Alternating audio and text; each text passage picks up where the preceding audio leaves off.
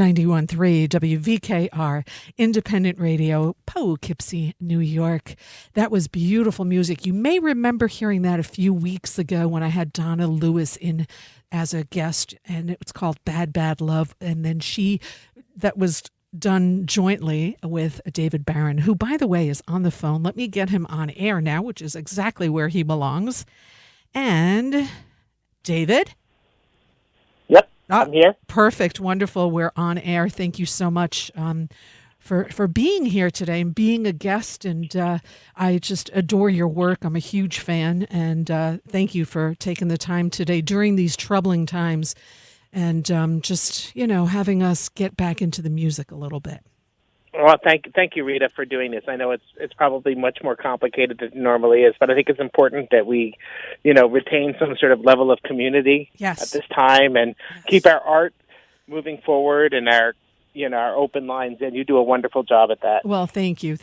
I want to just tell the listeners, if people are just tuning in, David Barron is on the line with us, of course, on the phone.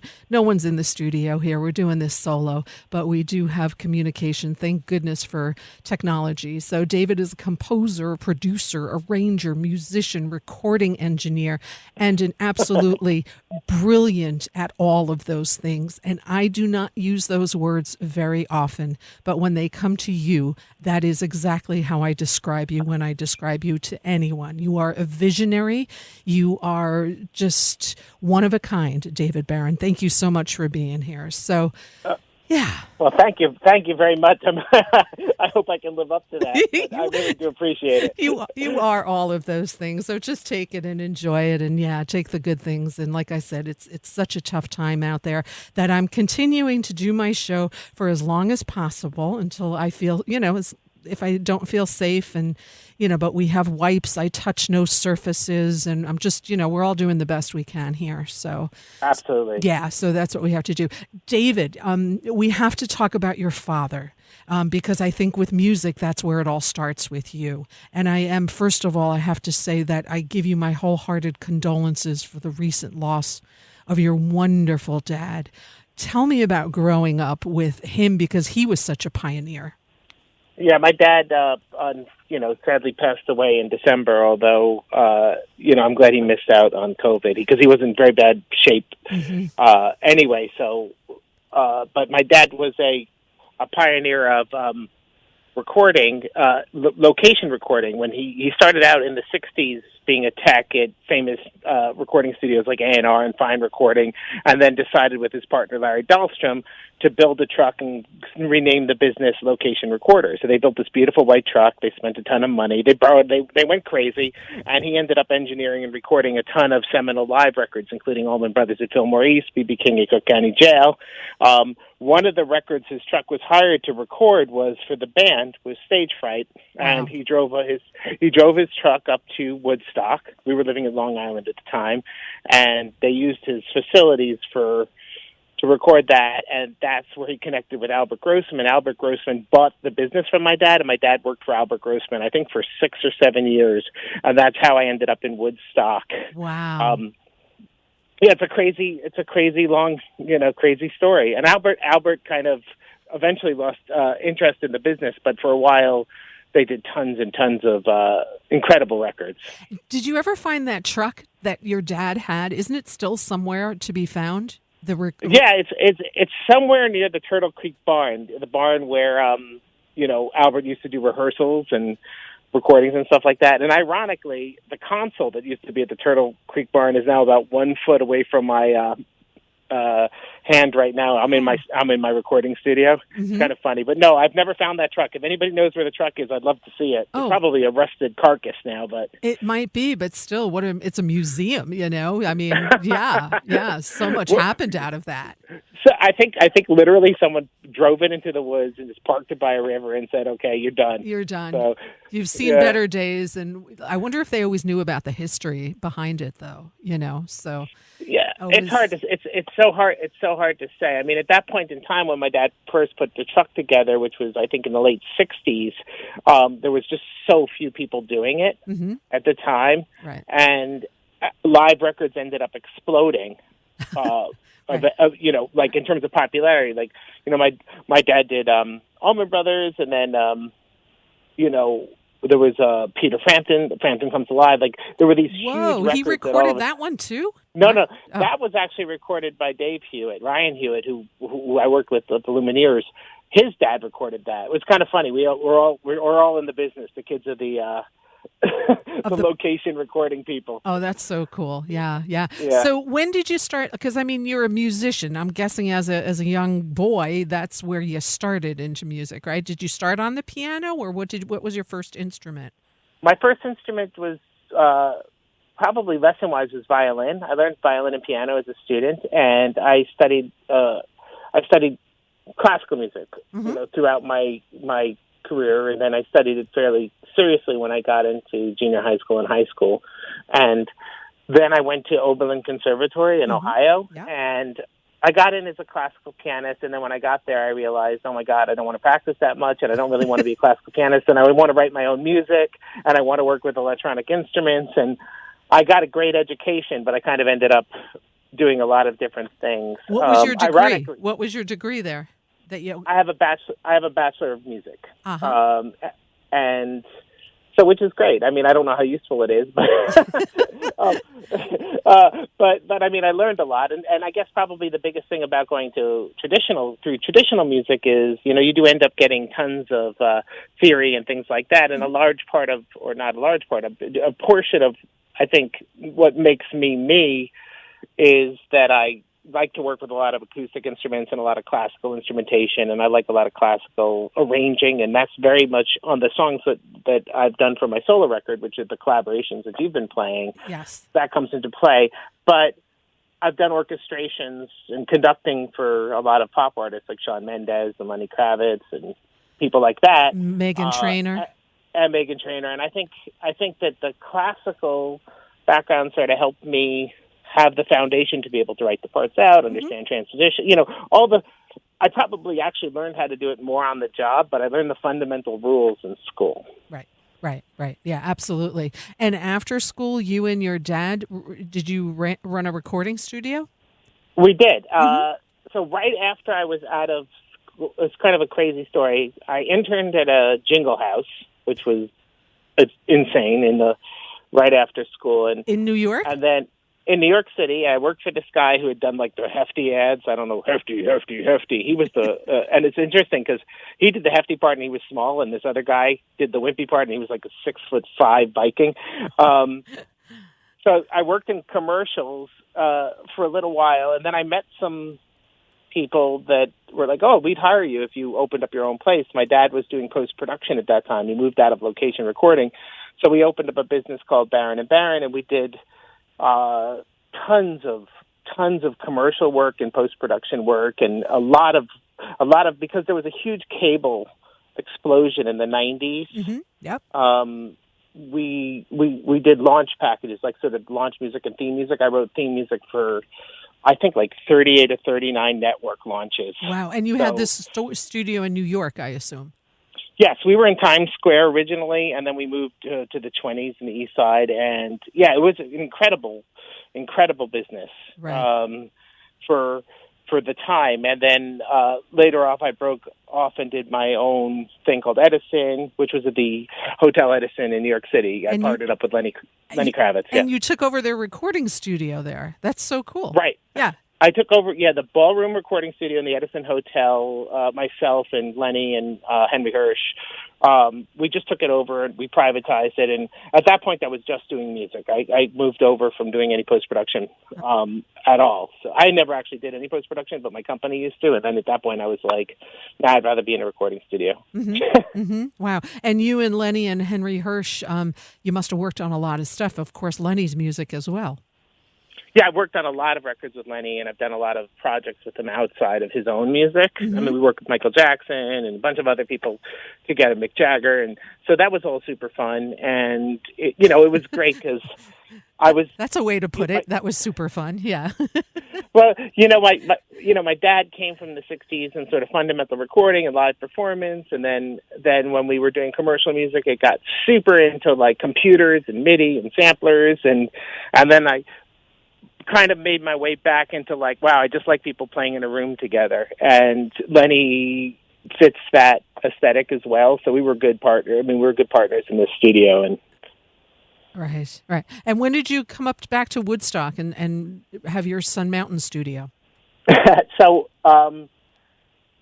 I was living in New York City, had the studio in New York City, and my wife, Ginny, was working at Entertainment Weekly, a magazine. We were like literally 2 blocks from each other. We would eat lunch together. It was really cool. The beginning of our marriage in New York was fun, except for we ate dinner at 10 o'clock every night or 11 o'clock every night. That doesn't happen anymore. We decided we wanted to get a house outside of the city, especially after 9/11. Mm-hmm. And we ended up buying a house in Boyceville with a beautiful view of the Ashokan Reservoir. And later on, we left it, once we had kids. And we came up here to, sort of just chill out originally. And then eventually we just moved here full time and built the studio. And now the studio's fabulous. We just did a massive renovation. Oh, nice. And it looks amazing. It's incredible. Wow. What did you do? What did you add more things, or what do you mean by renovation of a recording studio? Well, I work a lot with Simon Felice and from the Felice Brothers, and obviously from lots of record production. And he and I were talking about all these bands we work with and artists that we work with, and we wanted to give them more. We wanted a better lounge, so we built a much better lounge. Oh. We painted it. We made it look much nicer. We built an ISO booth, so now we can do live productions. Basically, we can have a band playing and live vocals cut at the same time with isolation. Sort of lots of. It looks amazing. I mean, Simon's more into the visual aesthetic than I am, but right. In the end, it looks great, and it's such a pleasure to work here now. And technologically, I made some improvements, but I mean, we're working now to the point of where we're doing full records here, and from soup to nuts, recording all the tracks and mixing them. I mean, we just finished a project for the Wandering Hearts for Decca Universal, and I think it's an amazing record, and I love it, and it brings a lot of the retro aesthetic of like the Mamas and Papas and psychedelia and vocal, and it was so great to be able to do it here on the mountain, and we're walking distance to Hendrix's old house. It's a pretty great. It's a great vibe. If people want to follow you, your pictures are stunning of the view that you have in your home. The artists, it must just relax them too, right? I mean, they come and it's just so picturesque and beautiful. I think for artists, and we work with a lot of British artists and people who have never been to the Woodstock area before. Right. I think for the artists that come here, it's a magical, like just being in this crazy nature and the view and just hike. I have a lot of land and we have a lot of hiking around us, and so I think it's amazing. And the other thing is they just finished the rail trail, and there's an entrance right here in Boyceville, and it's magical. And I think for them it creates making a record, especially if you're making it with a producer and you're going to a location, it's kind of like a fantasy life, and the more magical and more inspired you are, the better that snapshot of time is going to be, and which basically record is a snapshot of time. And if you feel fully inspired, every day you're going to bring your A game to the studio. You're going to bring the best songs, you're going to bring the best performances, because, and I mean, it's not just the view and the nature. I mean, it's like Woodstock and the surrounding environments has improved so much. The restaurants, everything, and that all plays into it. And the nicer it is, and the better it is, and the more magical it is, the better the records come out. Right. Yeah. Yeah. No, absolutely. 100%. I mean, it's all about the vibe when you're recording, and the more, like you say, relaxed and things you are, that you're feeling it more. So yeah, awesome. So David Barron, we have David Barron on the phone if people are just tuning in, and some of the people you worked with, I didn't know this, I think, until the last time you and I talked. You've got this award. Tell me about this Diamond Award. It's absolutely amazing. I never even knew such a thing existed. Well, I mean, so a long time ago, I guess now, it's probably by 2013, 2014, Megan Trainor was just a writer in Nashville. And she wrote a song with my very, very close friend, Kevin Kadish. And he called me. He's like, yeah, I wrote a song this morning. We're going to try to sell it. You want to help me do the track?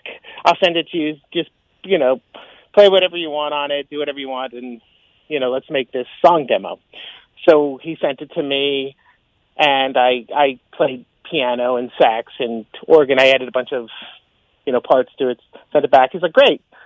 Finished it with him. And didn't think about it. No one bought it.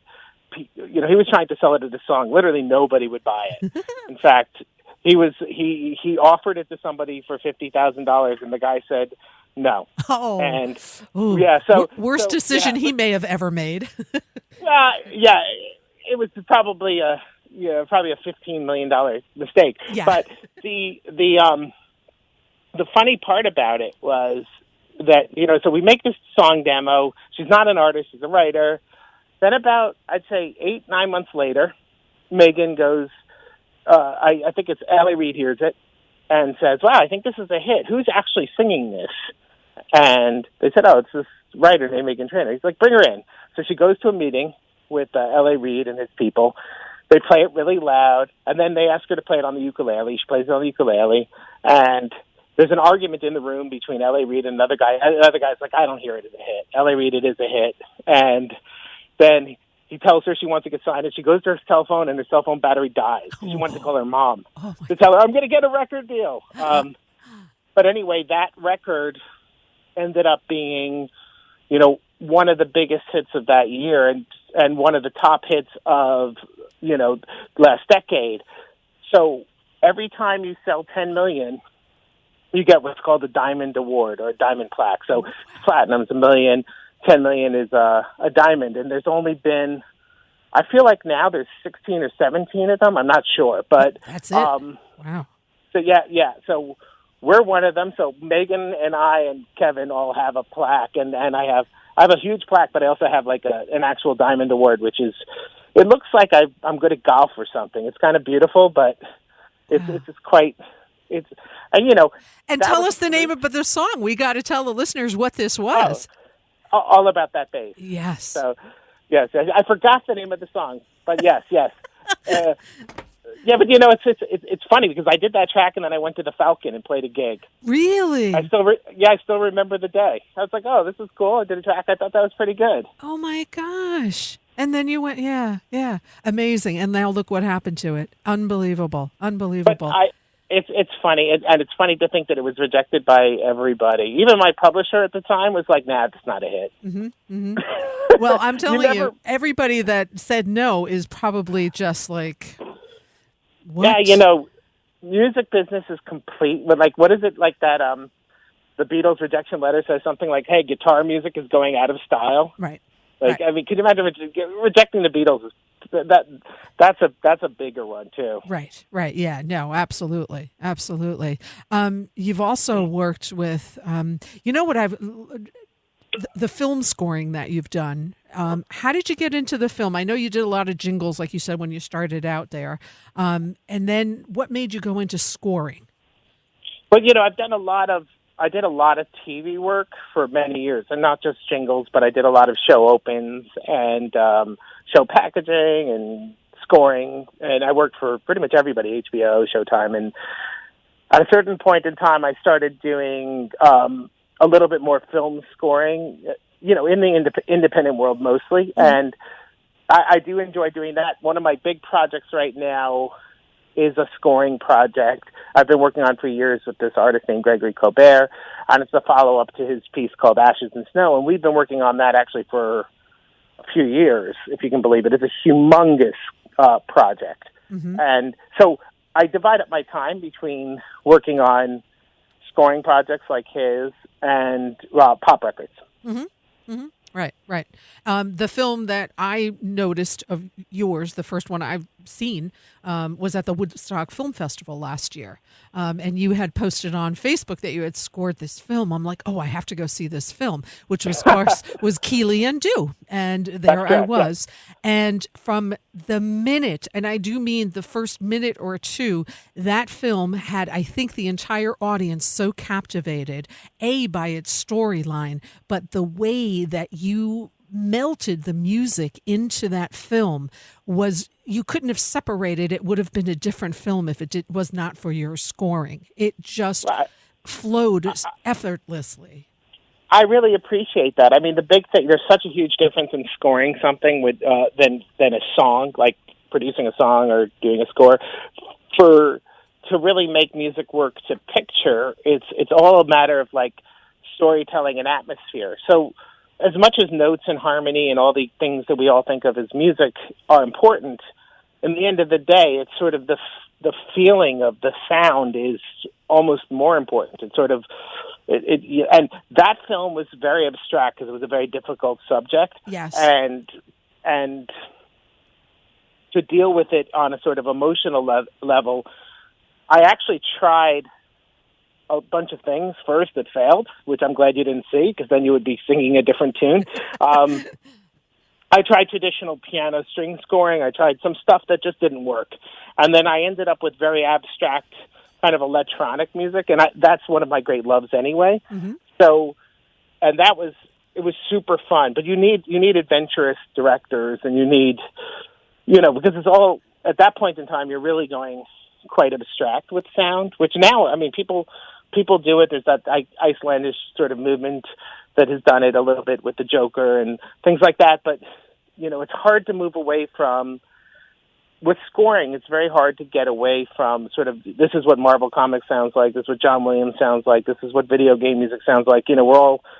It's actually probably the hardest genre. It's the hardest field to move around in, mm-hmm. because there's so much expectation of what sound should be like. Mm-hmm. With Keely and Dew, I was lucky enough to have directors that let me sort of be experimental and sort of very abstract, because I think anything else, I mean, they were visionaries, so that helps a lot. Yeah, absolutely. Yeah, it was a beautiful film. I don't know what's happened to it, if it's been released or if it's out there for the public to see. But if anybody can, it's called Keely and Dew. Just a remarkable film and captivating. It just captured your attention. You never once thought, this is going too long or too short. It was absolutely stunningly beautiful. So I think that they're going to be distributing it actually good. soon. I don't know the details of it, but mm-hmm. I'll probably put it on my website once I find out what that. It's taken a long time, but I think film a lot of times moves at a glacial pace. Yeah, it seems to be. I have a friend that is a screenwriter, and it takes years to just conceptualize and then actually get it into action. So yeah, it's pretty insane. For sure. Pretty insane. So some of the other people that you've worked with, of course, people may have heard of them, and I say that facetiously. Of course, the Lumineers, right? How did you find them? How did you meet them? I originally met the Lumineers many years ago, like right after they did Ho Hey, but before they were like mega stars. Mm-hmm. Simon Felice, again, who's my partner on tons and tons of records, was making a solo record with me, and he's like, I want to have the Lumineers come and guest. And so they drove up in, I think, Wes's mom's Hyundai to Boyceville, and we recorded them, and they were great, and we became friends. And then subsequently, Simon started working with them as a producer, and then they brought me in later on as a musician on Cleopatra. So I played all the keyboards and synths and stuff like that. And then on this next record, I ended up having a much bigger role, doing a lot of mixing and a lot of the music stuff as well. But they've become very, very close friends of mine, and they're, they've grown a lot also since I've known them. I mean, they started out as being, when I first met them, they were shocked that anybody was listening to their music. Mm-hmm. You know, I mean, it was. This is something that I actually now have witnessed a bunch of times. Usually after you have kind of a pretty big hit and everybody's used to being the 10 years of slogging it out. And I mean, they told me that if they sold 10 CDs a night, they were psyched because they could go to IHOP and get pancakes. Wow. So that used to be their metric of success. Right. So when you have this, like when you all of a sudden you get on the pop charts, which they were shocked by, or certainly Megan was shocked by too, but with All About That Bass, you have all of a sudden you're like, whoa, this is crazy. Right. What's happening here? Right. And the thing that I take away from that is it's a world of possibility, and it could happen to anybody. And it's always about the right song at the right time and the right emotion. And also I think, and I really do believe this is true, a lot of it is, is it really from your heart? Do you really mean it? Right. I mean, it has to feel true to the audience, and it has to be true from your heart. Like, I believe that, like, when Kevin and Megan got together and wrote All About That Bass, they were really having fun, and he was really obsessed with the 50s and things that were really, they weren't about, like, let's make a hit. Right. I think when you try to make a hit, a lot of times, you make the worst song you could possibly make. Mm-hmm. It's like you make all the wrong decisions because you're listening to the radio and you're listening to other people's songs and you're copying stuff, and usually it just ends up being totally uninspired and a bad copy anyway. Right. And it's like, how many Amy Winehouse's copies are there? There's hundreds, and we don't need one. Absolutely. We need it.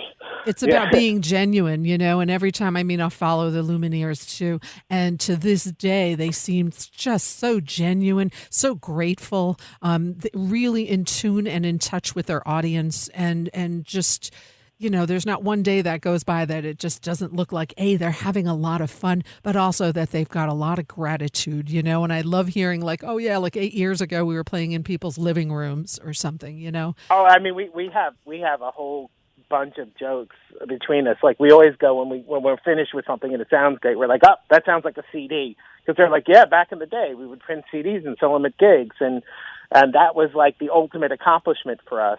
Right. So right. They do have a ton of gratitude, and I actually think that that's common for the most part with artists that become successful. I've only known a few people that have become very successful that are not grateful, and I don't think they'd be grateful for anything, though, personally. Yeah. Right. And that might, and I'm sure that happens out there too. Yeah, the Lumineers' latest release is called 3. They're in the middle of a world tour, I believe, and things are coming to a screeching halt. Yeah. Sadly, for everybody, the touring had to stop, and I know it's very, very rough on a lot of my friends, but. Still, we got to be safe, and it's a beautiful thing that they were able to do it, and it'll all resume. We'll come back, right. We'll be touring. One of the things I should also add, like on Whisperers and plans on a lot of the songs that are on my collaborative record. Byron Isaacs, who plays with the Lumineers, played bass on almost most of my record, and Tony Levin played a bass a bit too. Another local musician. Yeah, another great local musician as well. He's been a guest on the show here too, world renowned. Oh, love seeing him. I just saw King Crimson for the first time ever at Radio City back in September because I'd never seen Tony in that element, and wow, it was incredible. I loved it. I absolutely loved it, and I loved King Crimson as a kid, and I still love them so much. And I'm still kind of amazed every time I realize that I've gotten to record a lot with Tony and got to know him. It's funny, I'm not often starstruck, and I know him very well, and I've worked with him a lot, but he's still one of my favorite musicians in the world. Oh, nice. Who else are you starstruck by or have been starstruck by when you first got to work with him? Oh, that's a really interesting question. Not that I'm usually not starstruck. That's not usually like my first order of business. Right. I would say I was surprised when I worked with Mick Jagger. I wasn't so much starstruck. I mean, I was like, oh, wow, it's Mick Jagger in the room with us. Wow, that's kind of weird. And where was this, in New York at the studio? No, it was in Miami. But the thing that made me kind of like, so I did this little string arrangement, we recorded the track in the morning. He comes in to sing it, and when he got into the booth, the recording booth, he started singing. That's when I was starstruck. I was like, oh my God, that voice comes out of that guy. Like, it's really real. Like, it's not manufactured. Most of the time I think that I'm impressed with, there's so many musicians I love. So it's kind of, starstruck is a weird thing because I think to some extent that means like, I would have been starstruck if I had met David Bowie. I always wanted to, and I never did meet him. Really? Never did? Even with the connection up there in Woodstock? Wow. No, I mean, I know tons of people who worked with him, obviously, but I never got to meet him. And I think that I would be starstruck if I met Paul McCartney. I don't know why. I think that's just like, I'm in awe of his talent, but it's also, I have had a lifetime of worshiping and being thankful for his songs. Have you seen him perform live? I never have, actually. I'd love to. Yeah, it was one of the best concerts I've ever seen in my life. It was a 3-hour concert just about maybe 2 or 3 years ago at Madison Square Garden. And people were in tears. People were crying, laughing. Everybody sang along to every single tune. It was magical. It was. I mean, it's practically the soundtrack of like 50 years of life for a lot of people. Yeah. How old is the music? About 50 years old. So it's a vibrant. There's only a few artists like that where it's universal catalog, like Bob Marley and him, and certainly Elton John and people like that. I mean, those kinds of careers and that kind of songwriting just shows you how music can be one of the most powerful forces in the universe and an incredible unifier, something that we really need right now, where I feel like we live in a very divisive culture and divisive because of news and social, everything. I mean, we're always being divided up. Here's one place where everyone can go to Madison Square Garden and sing along and be together. Yeah. I say that so often, and that's one of the reasons I personally love to go see live music, because all the other stuff, all the negativities, just for a few hours gets pushed aside, and we come together as human beings to just enjoy an art form of music. And to me, there's almost nothing finer, So I would agree. I mean, when I saw the Marley, his children, do a tribute show to him, and so it was all Bob Marley's songs, pretty much. And the audience was enraptured, and it was like ecstasy. Like, everyone was so happy. But the thing that I was really struck with was I saw stockbrokers, like guys in business suits. I saw college students. I saw people with dreads. I saw real Rasta people. I saw people that looked like they came from the suburbs. And everybody was together and singing and dancing. And it's why do we love music so much? There's a power that's almost primordial to it. Right. Yeah, it's transformative. It truly, truly is transformative. Yeah. Some of the other people that you worked with, I've been listening a little bit to Jadebird, up and coming artist, or actually really out there now, Jadebird. Up and coming, yes. Yeah. Jadebird came to Boyce Phil originally, or came to Sun Mountain Studios to work with Simon and I on her first EP. We didn't even know. Originally, it was just like, let's get this young woman her managers called us and said, let's get this young woman into the studio. We brought her into the studio. She was super green, hadn't recorded really anything ever, just had a bunch of songs and an acoustic guitar. And we slowly put together a set of songs for her, which then ended up becoming the Something American EP. And, Sarah Lee plays on it, local bass player, another fabulous musician. Yep. And, since then, a bunch of locals have played on it, Zachary Alford and some other amazing talent. But so Simon and I have recorded everything that she's released on a record to date. She got a record deal off the EP that we made, which is very common now. We'll make the EP first, and then they'll get the record deal. That seems to happen about 50-60% of the time now. So we made that record, and then we made a full-length record. And the fun thing about Jade, she's an amazing talent. She's a fierce musician. When I met her, she was 18. She was a young... Wow. She didn't know anything. She hadn't done anything, and I've done Fallon with her, and I've done Colbert with her. Oh, fun. And I've done the BBC stuff with her, and because I played piano on her records. And so it's... I think she's a fabulous talent. I think she's going to be she's going to be sort of, I think of her more of like, it's funny. I'm not sure if she's going to be a pop star, but she's going to be a star. She's going to be one of those musicians who's going to be able to tour and have fans and who just loves, she loves music so much. Like in the rehearsal halls, I remember I was teaching her how to play John Coltrane's Giant Steps on piano, which is complicated she's not a great pianist. She's a good guitar player. And she was like, I've heard of this thing called Giant Steps. Everyone says it's really hard. I was like, here, let me show it. And I swear to God, for days, that was it got her so excited. And this is how this works. Yeah, absolutely. Speaking of playing live, I remember seeing you on TV perform with Lenny Kravitz. Remind me what that was. You were on piano. It was just you and he. CNN right. something? What was that? So Lenny and I worked on his last record, which was really, an amazing experience. Mostly in the Bahamas, and we did the orchestrations in Paris. And hopefully in the middle of winter. Yes, I was in the Bahamas in the middle of winter recording. Nice. It was a tough life. No, it was amazing. No, it was super fun. So one night, we actually spent the whole day working on a song, and I don't remember what the song is. One night he's like, "Look, I got this song idea. Can I run it by you? Can you just play piano and I'll sing?" So we go in, we work on it for about half an hour, maybe 45 minutes. We rehearse it. He's like, "Maybe we should record it."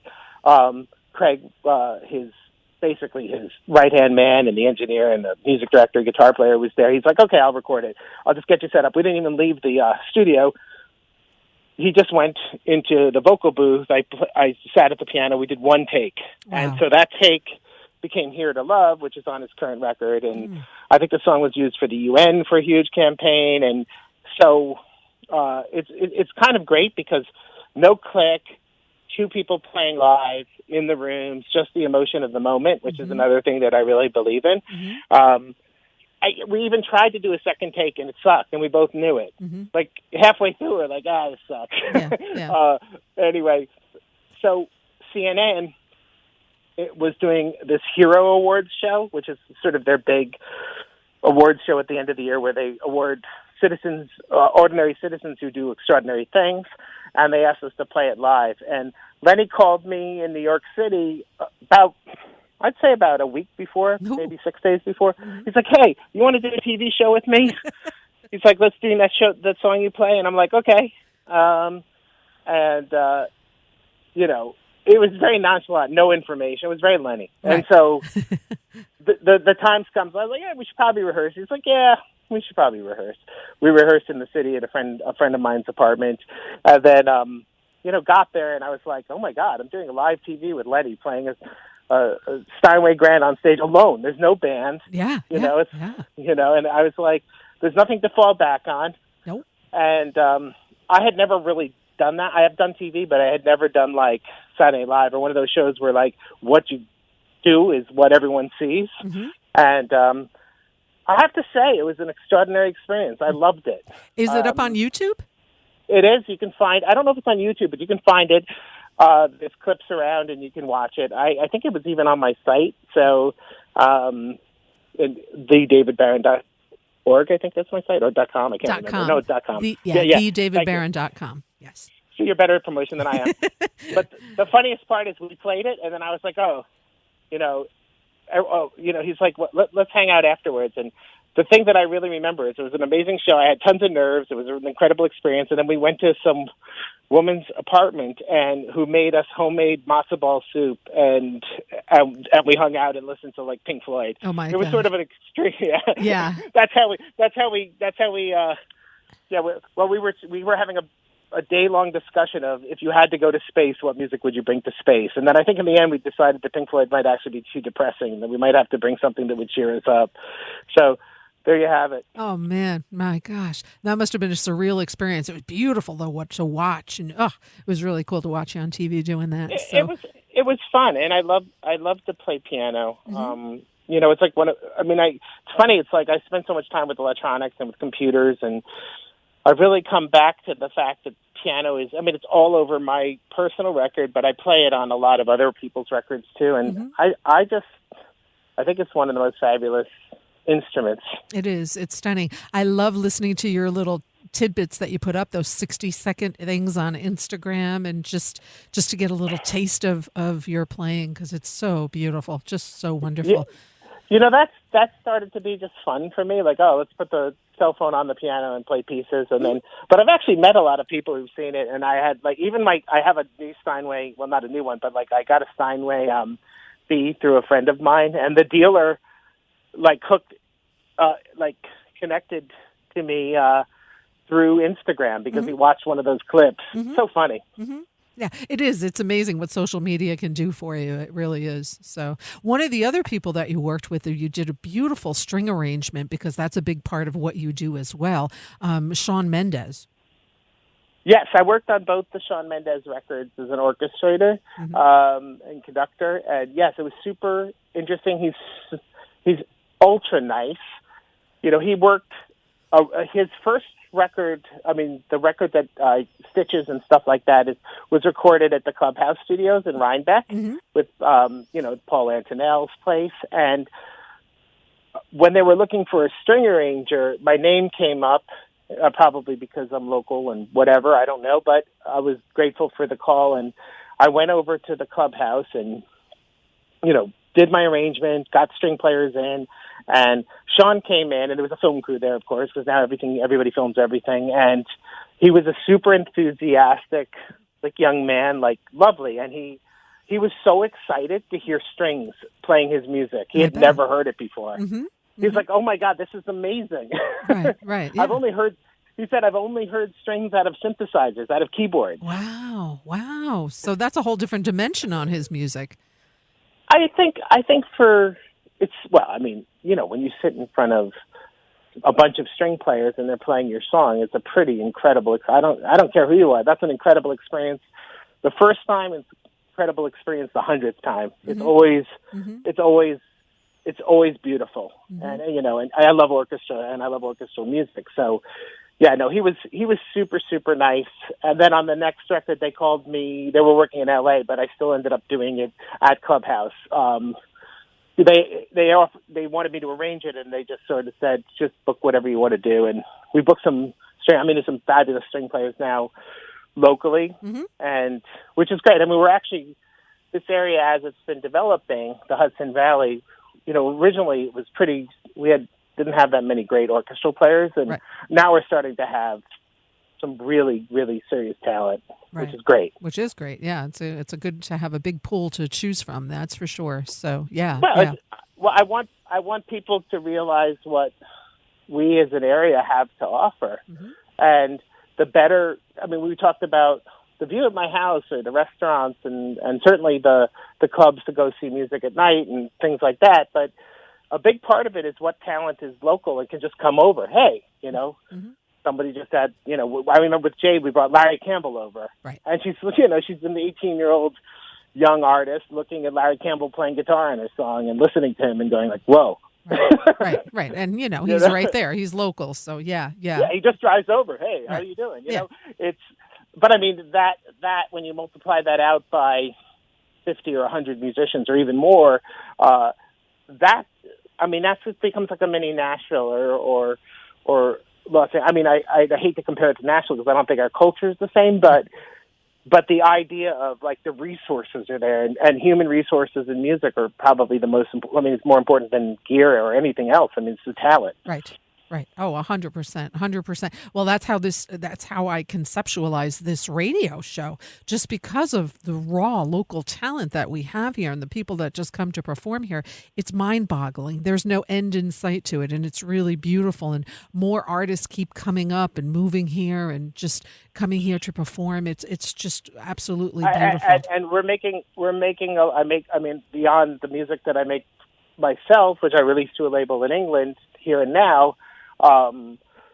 We're making music for people. The Hudson Valley's making music for big music, international musicians that come here from all over the place. Yep. So it's a magnet, and it's becoming better and better and better. Right. And it's something. I mean, in this time of COVID, it's hard to, you have to sort of remain hopeful to some extent. Mm-hmm. But you also have to realize what you have and how lucky you are. So now we're taking a pause. Everyone's taking a pause. But the truth is that we live in this incredible, bountiful area. And I mean, what makes it great besides the natural beauty is the people. Mm-hmm. It just attracts the right people. It does. And just imagine the time, which hopefully will be at some point, obviously in the future, when things pick back up, and how much more appreciative we're going to be of music and working together. And it's coming back. It will come back. And it's going to come back, but it's going to be like everything else. It's going to come back in a modified way. Yep. One thing that I do hope is that out of this, we raise our level of general compassion for each other, because everyone's going through this together, certainly at different levels. Right. But this is a common experience that is going to ground a lot of people, and it's going to hurt some people, and it's going to hurt families, and people are going to have to come together. So my hope is that we take a lesson from it. Yes. I mean, and just emerge with more compassion and more appreciation. Right. And a lot more kindness sprinkled on there too. It's just, it's a sad time, but when we all come back together, I think it's going to be a beautiful time, and hopefully we've learned, are learning a lot. So for sure. One other person, I'd be remiss not to mention her because I absolutely adore her, Simi Stone. Oh yes. Simi and I have done a tremendous amount of music together, and she's amazing. Mm-hmm. We've done multiple records. We've written tons of songs together, and she has made an incredible.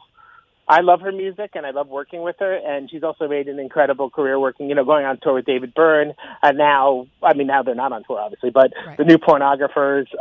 So she's really branched out, and she's a super creative person, and it's super fun. And also, Simi kind of introduced me at the time that I really started working with her. She kind of introduced me to playing live at a lot of the local clubs and meeting a lot of people I never would have met. So she is an amazing person, but that's something I will always be grateful for, because I got to meet, probably you and half the, I went to every single one of her shows because I was blown away by her and your band. I mean, you had Gayla and Dorsey, you had Sarah Lee, you had Zach Alford, and you and her. I mean, hello.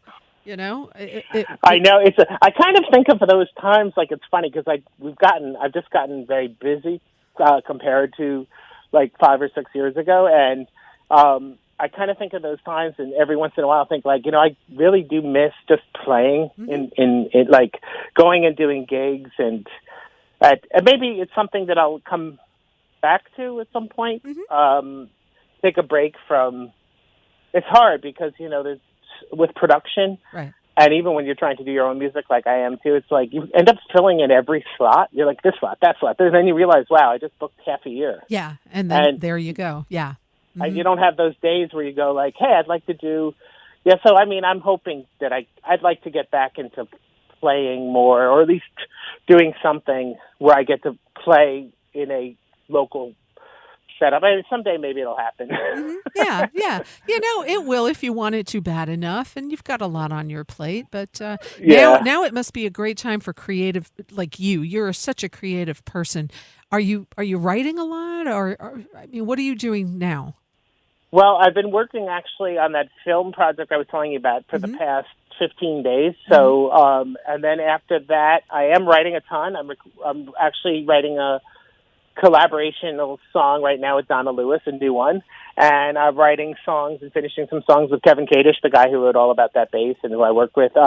We're doing a project together, and we're just finishing it now. And I'm also doing, believe it or not, we actually have some actual production coming in. One production for a label where the singer is going to do their vocals at home, and we're going to produce the tracks. I guess they just really want to get these tracks produced. So I mean, it's stayed busy, which is great. Right. But I still sneak in my own personal writing a lot. Good. As you should. I want to play some of your music when you and I are done with the discussion here. We started off the show before you and I started talking with a track that you and Donna co-mingled with, Bad Bad Love. Tell me about that. I know what it's inspired by, but you tell me. So Bad Bad Love came out of this idea that I wanted to do a record of collaborations with singers. And for the most part, I was writing all the songs and orchestrating them and then hiring singers. So that's like Whispers with Fiona, and who was 13 when she sang it, and things like that. But with Bad Bad Love, I had a string track, like sort of a piece that I made, and I was like, hey, I wonder if Donna can write a top line on it. Top line is the melody and the lyric. And I sent it over to Donna.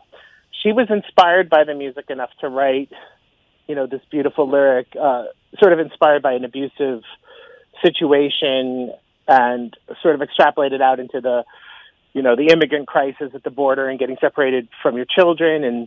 And so quite a heavy topic, but it was all over the media at that point in time, and we were both very upset by it.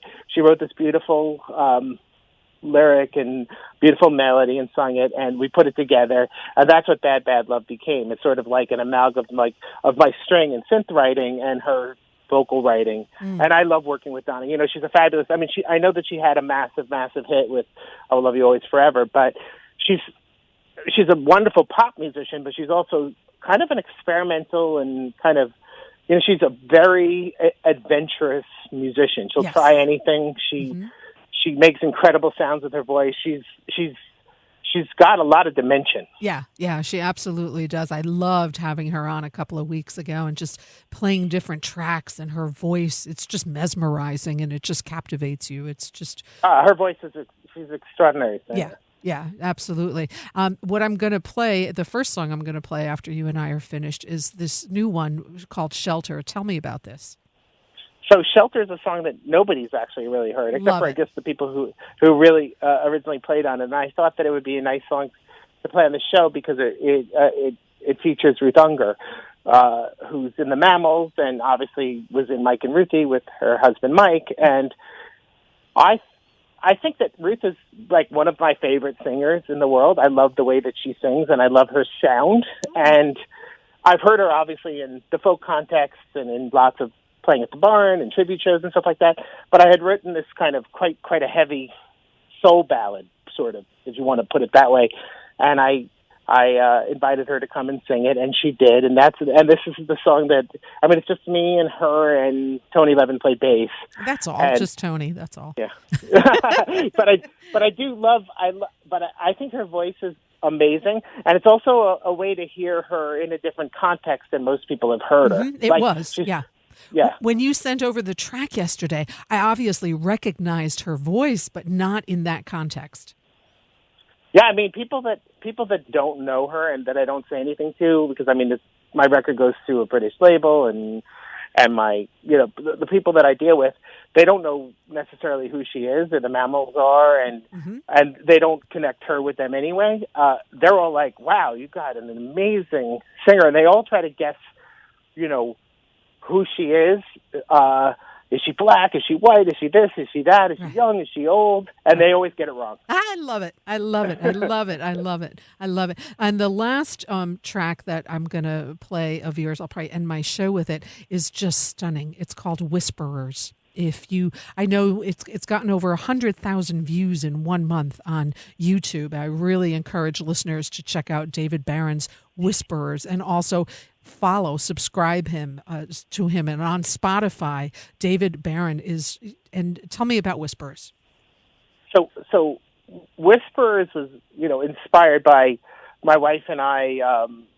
Had a daughter that died right before her second birthday. Of a tragic sort of like disease suddenly. So it was really a sudden experience. It's like all of a sudden we were in this crazy morning. We had this beautiful child, and then all of a sudden we didn't. And Whispers was inspired because, we keep her ashes in her urn around, and every day I pass it and I think, what is she missing out on? Like, she stayed perpetually like 1.5 in my mind. And, we have our son Oscar, who's 11 and is going to Bard and learning classical violin but she's missing out on all these sort of milestones, things right? that are happening in the world, and we're just getting older. And so I wrote the song Whisperers about her, about all the things that she's missing out, and how, like, she's living in our walls and just wants to be loved again and wants to have her let us back into our lives. And it's an orchestration. Mm-hmm. So it's basically similar to like Eleanor Rigby. It's like an octet, string octet.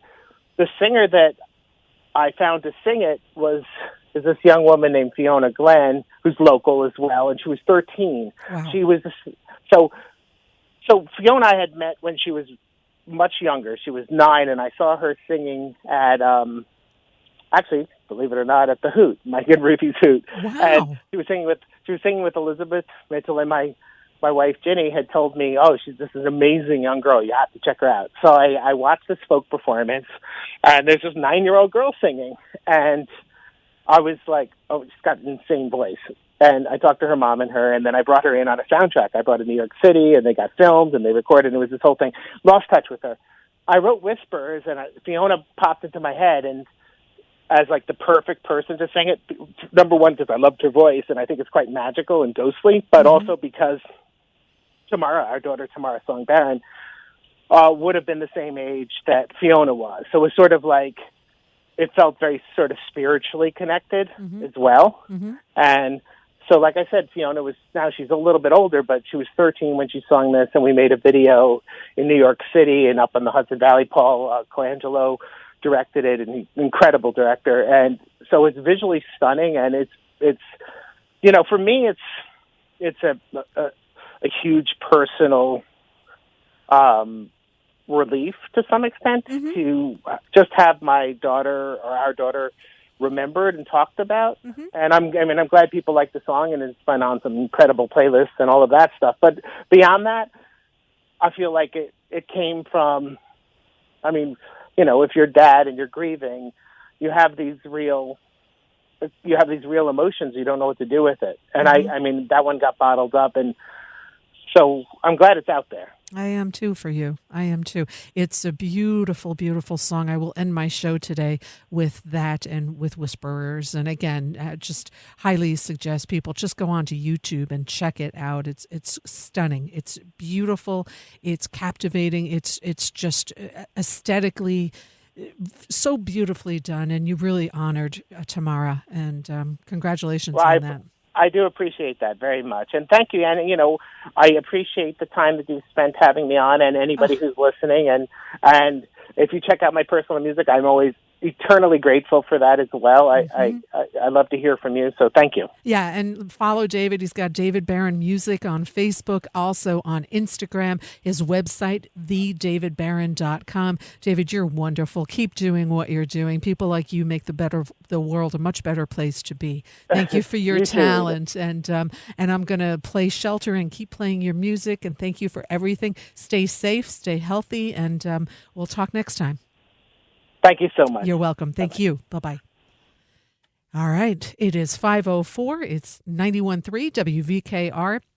Independent Radio. I'm your host, Rita Ryan, here with LocalMotion here till 6 o'clock each and every Wednesday from 4 to 6 p.m. So when we started the show, we had a track with David Barron and Donna Lewis. And now, as promised, this has never been heard before by anybody. And David was kind enough to share it with us and send it my way. This is a track he's done with Ruth Unger and Tony Levin on bass. Let's take a listen to this track called Shelter. 91.3 WVKR.